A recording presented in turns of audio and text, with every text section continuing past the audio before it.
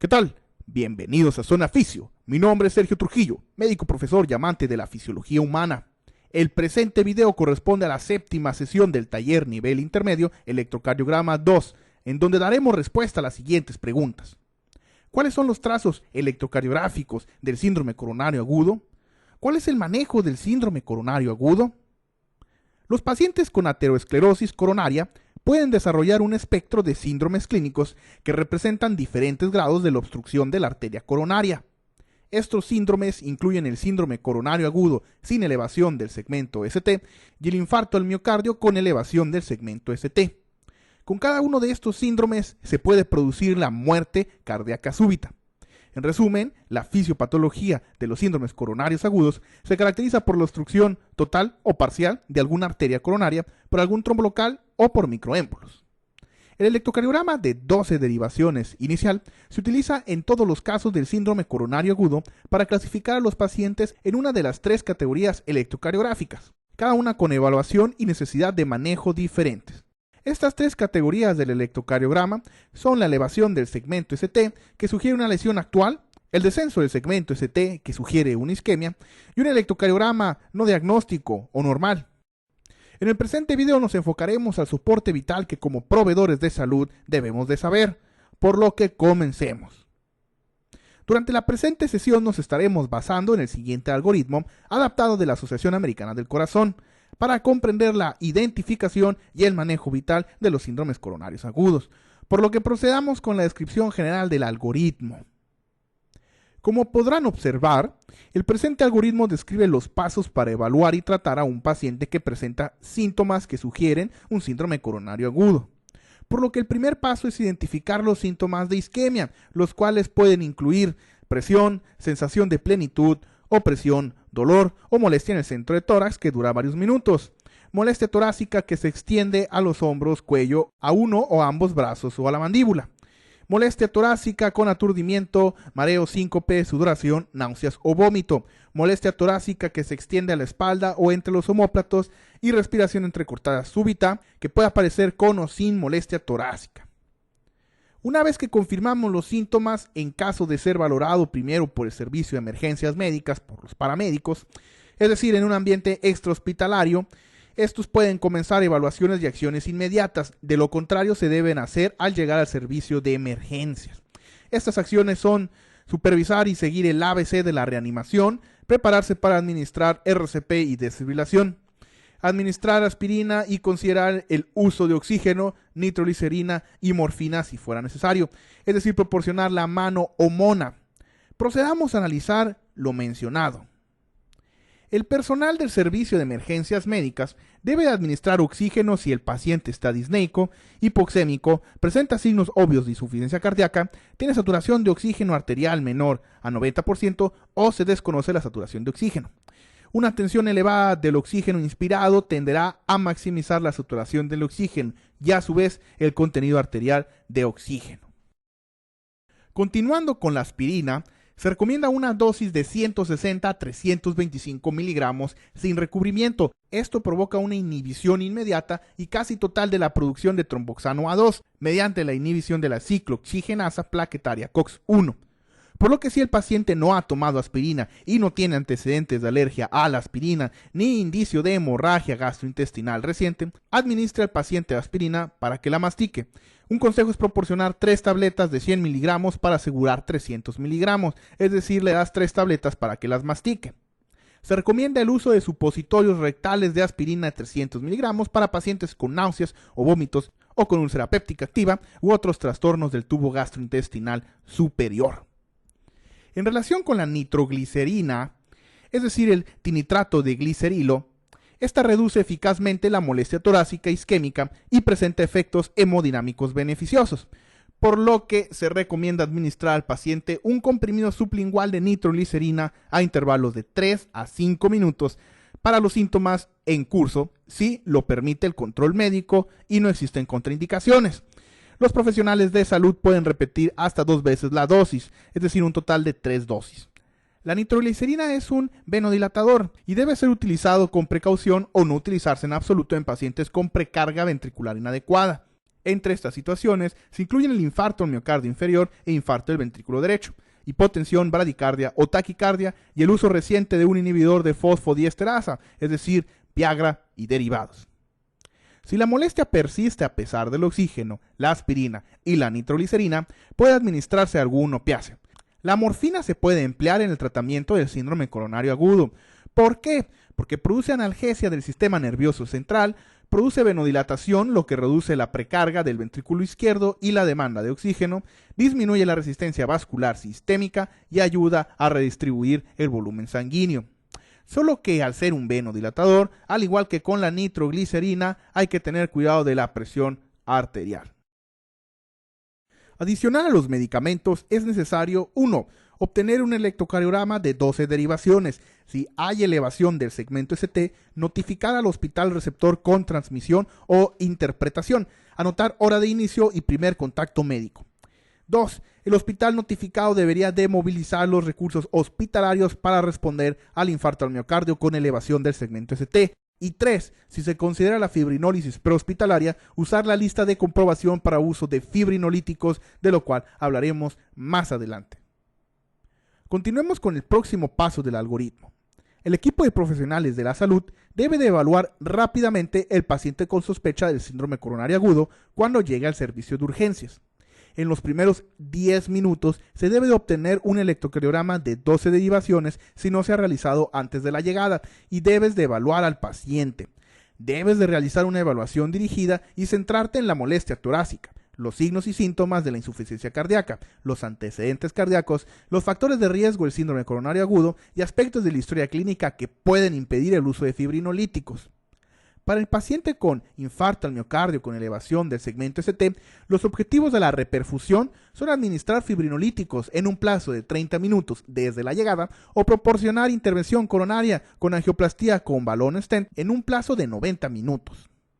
La evaluación del paciente en los primeros 10 minutos debe de incluir lo siguiente: comprobación de signos vitales y evaluación de la saturación de oxígeno, establecer acceso IV, realizar una breve historia y un examen físico, completar la lista de comprobación para el uso de fibrinolíticos y comprobar posibles contraindicaciones. Obtener una muestra de sangre para evaluar los niveles iniciales de marcadores cardíacos, enzimas cardíacas, electrolitos y coagulación, así como obtener y revisar una radiografía de tórax portátil, preferentemente en los primeros 30 minutos después de la llegada del paciente al servicio de urgencias. Adicional a lo anterior, es necesario proporcionar el tratamiento general del paciente, es decir, la mano, si es que no se proporcionó de manera extrahospitalaria, o bien administrar dosis complementarias. Recuerda que la principal contraindicación para la nitroglicerina y morfina es la hipotensión, que incluye hipotensión por un infarto del ventrículo derecho. Las principales contraindicaciones para la aspirina son alergias verdaderas a la aspirina y hemorragias gastrointestinales activas o recientes. Una vez realizado lo anterior, procedamos a clasificar al paciente según la desviación del segmento ST, es decir, procedamos a analizar el electrocardiograma. La característica principal del infarto al miocardio con elevación del segmento ST, su mismo nombre lo indica, es decir, la elevación del segmento ST, esto en 2 o más derivaciones continuas o bien un bloqueo de rama izquierda nuevo.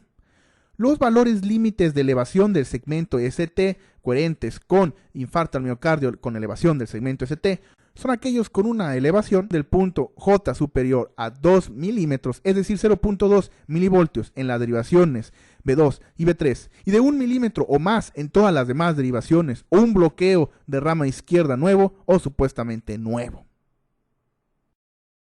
Por otra parte, el síndrome coronario agudo sin elevación del segmento ST se caracteriza por una depresión isquémica del segmento ST de 0.5 milímetros o más, o inversión de la onda T con dolor o molestia. También se incluye en esta categoría elevación del segmento ST no persistente o transitoria durante menos de 20 minutos. Y finalmente, la angina inestable de riesgo intermedio o bajo se caracteriza por cambios normales o no diagnósticos en el segmento ST o en la onda T que no son concluyentes y requieren la estratificación adicional del riesgo. La clasificación por electrocardiograma de síndromes isquémicos no significa que sea excluyente. Se puede encontrar que un pequeño porcentaje de pacientes con electrocardiograma normales tienen infarto al miocardio. Por ejemplo, Si el electrocardiograma inicial es no diagnóstico y las circunstancias clínicas lo indican, por ejemplo, molestia torácica continua, repita el electrocardiograma. Analicemos qué hacer ante pacientes con infarto al miocardio con elevación del segmento ST. La base del tratamiento para el infarto al miocardio con elevación del segmento ST es la terapia de reperfusión temprana conseguida mediante fibrinolíticos o mediante intervención coronaria percutánea, es decir, colocación de balón o stent. Vamos a proceder a analizar la terapia de reperfusión temprana. Para esto hay que identificar rápidamente a los pacientes con infarto al miocardio con elevación del segmento ST y realizar un rápido chequeo de indicaciones y contraindicaciones para el tratamiento fibrinolítico empleando una lista de comprobación para uso de fibrinolíticos tal cual como lo podrán observar en la presente diapositiva. Existen diversas listas de comprobación, podrán encontrar algunas en la descripción del presente video. El primer médico calificado que se encuentra con un paciente con infarto al miocardio con elevación del segmento ST debe interpretar o confirmar el electrocardiograma de 12 derivaciones, determinar la relación de riesgo-beneficio de la terapia de reperfusión y la administración directa de tratamiento fibrinolítico o la activación del equipo de intervención coronaria percutánea. Se recomiendan los siguientes márgenes de tiempo. En el caso de la intervención coronaria, el objetivo es un tiempo desde la puerta de urgencias al inflado del balón de 90 minutos. En pacientes que acuden a un hospital sin capacidad para realizar intervenciones coronarias percutáneas, el tiempo que transcurre entre el primer contacto médico y la colocación de dispositivos debería de ser inferior a 120 minutos cuando se considera la posibilidad de una intervención coronaria primaria. Si el paciente cumple los criterios para el tratamiento fibrinolítico, el objetivo del sistema médico es un intervalo puerta-aguja, es decir, el tiempo de aguja es el inicio de la infusión de un agente fibrinolítico de 30 minutos, el cual se considera el tiempo máximo aceptable. Los sistemas deben esforzarse por emplear el menor tiempo posible. Y bien, los pacientes que no sean aptos para el tratamiento fibrinolítico deben de ser considerados para su traslado a un centro donde se realice angioplastía primaria, independientemente de la demora. El sistema debe de estar preparado para un tiempo puerta transferencia de 30 minutos cuando se decide realizar un traslado.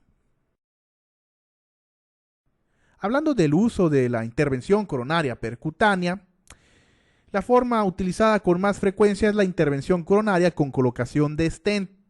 Una intervención coronaria percutánea primaria practicada de forma óptima es la estrategia de reperfusión preferida sobre la administración de fibrinolíticos.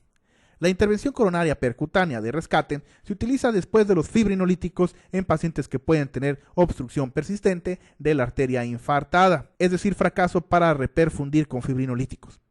Aunque este término se haya sustituido e incluido recientemente con el término estrategia fármaco-invasiva. Se ha demostrado que las intervenciones coronarias percutáneas son superiores a los fibrinolíticos en los criterios de valoración combinados de muerte, accidente cerebrovascular y reinfarto, en muchos estudios para pacientes que se presentan entre 3 y 12 horas después de su inicio. Sin embargo, estos resultados se han conseguido en ámbitos médicos experimentados con profesionales expertos que realizan más de 75 intervenciones coronarias percutáneas al año, en centros calificados donde se realizan angioplastía primaria, es decir, que realiza más de 200 intervenciones coronarias percutáneas para infarto al miocardio con elevación del segmento ST, con facilidades para cirugía cardíaca. Las consideraciones para el uso de la intervención coronaria percutánea son las siguientes.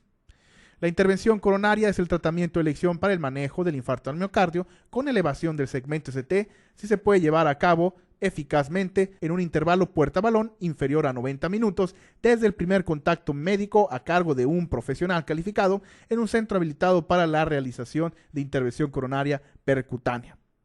Puede ofrecerse también una intervención coronaria percutánea primaria a los pacientes que se presenten en un centro sin capacidad para realizar intervenciones coronarias percutáneas si la intervención coronaria se puede iniciar rápidamente en un plazo de 120 minutos desde el primer contacto médico, es decir, 30 minutos de margen, pues por el traslado del paciente.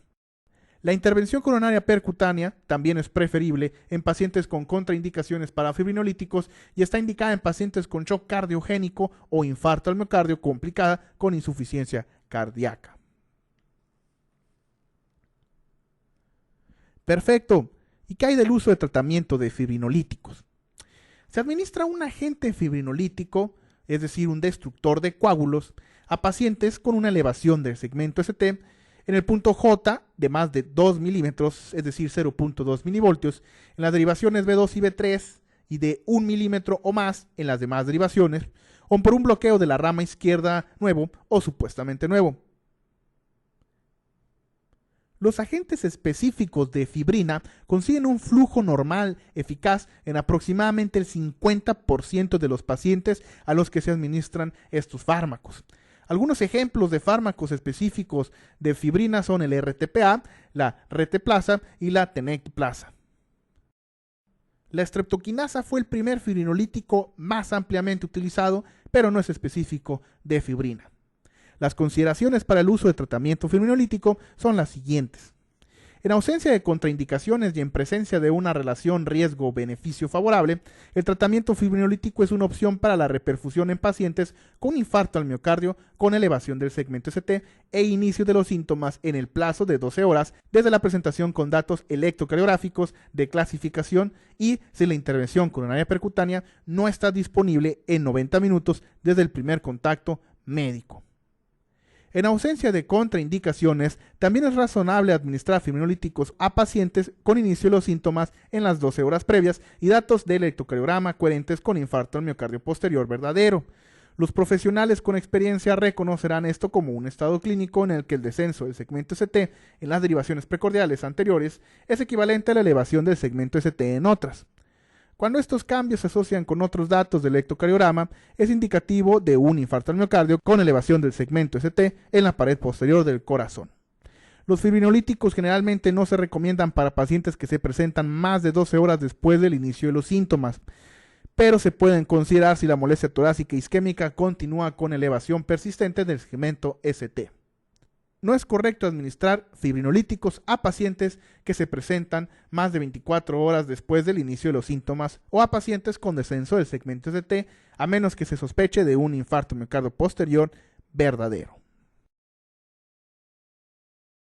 Concluyamos hablando de otros tratamientos complementarios sin afán de profundizar. Entre ellos se encuentran la nitroglicerina IV y la heparina.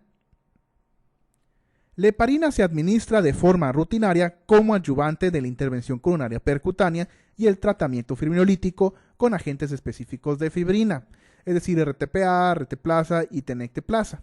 Es importante mencionar que la dosificación y control inapropiado del tratamiento con heparina ha causado un exceso de hemorragia intracerebral y hemorragias graves en pacientes con infarto al miocardio con elevación ST, por lo que los profesionales que utilizan la heparina deben de conocer las indicaciones, dosis y uso en las categorías del síndrome coronario específicas.